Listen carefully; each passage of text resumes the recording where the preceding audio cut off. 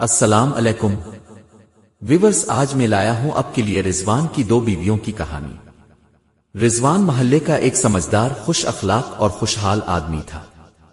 اس کی زندگی بظاہر کامیاب لگتی تھی، مگر اس کے گھر کے اندر کا منظر کچھ اور تھا۔ رضوان کی دو بیویاں تھیں، شگفتہ اور سائمہ۔ دونوں ہی نیک نیت اور سلیقہ شیار عورتیں تھیں، لیکن وقت کے ساتھ ساتھ ان میں رقابت بڑھ گئی تھی۔ ابتدا میں رضوان نے دونوں بیویوں کے ساتھ انصاف کرنے کی پوری کوشش کی۔ وہ دن تقسیم کر کے رہتا، خرچ برابر دیتا اور توجہ میں بھی کمی نہیں آنے دیتا تھا۔ مگر انسانی فطرت ہے کہ محبت اور التفات کے تقاضے کبھی پورے نہیں ہوتے۔ شگفتہ سمجھتی تھی کہ رضوان سائمہ کو زیادہ وقت دیتا ہے، جبکہ سائمہ کو لگتا تھا کہ رضوان کے دل میں شگفتہ کا مقام زیادہ ہے۔ یہی وہ خیال تھا جس نے ان دونوں کے بیچ کشیدگی کو جنم دیا۔ ایک دن کا واقعہ ہے، رضوان دفتر سے تھکا ہارا واپس آیا۔ گھر کے اندر داخل ہوتے ہی اس نے شور شرابہ سنا۔ کمرے سے آوازیں آ رہی تھیں، تم نے جان بوجھ کر سالن جلایا تاکہ رضوان کو میری بے عزتی لگے۔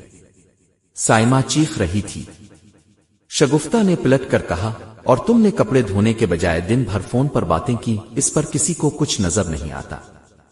رضوان نے سر پکڑ لیا۔ یہ کوئی پہلی بار نہیں تھا۔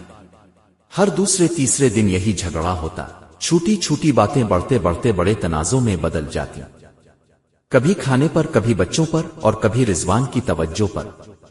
رضوان نے دونوں کو سمجھانے کی کوشش کی۔ وہ نرم لہجے میں بولا، دیکھو زندگی صبر اور برداشت سے چلتی ہے۔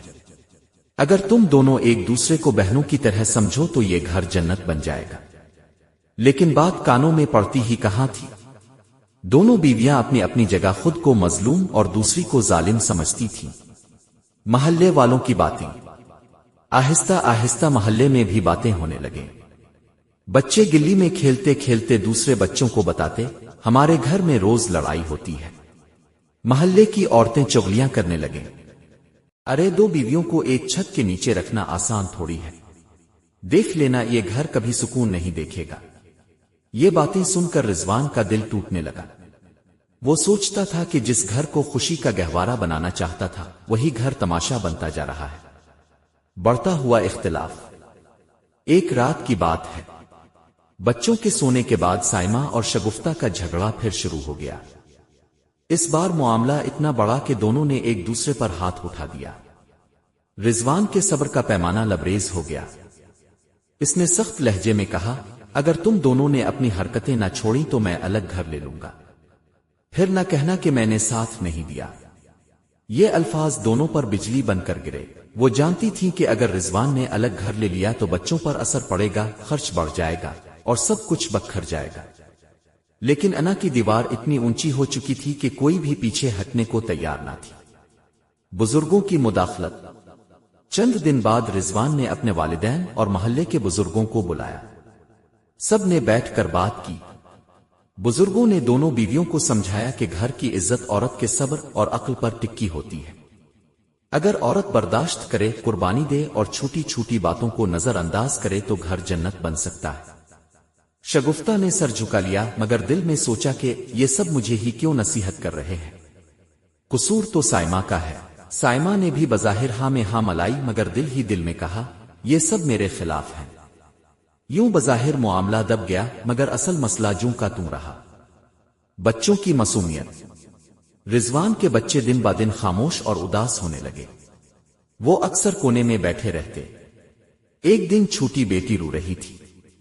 رضوان نے پوچھا، بیٹا کیوں رو رہی ہو؟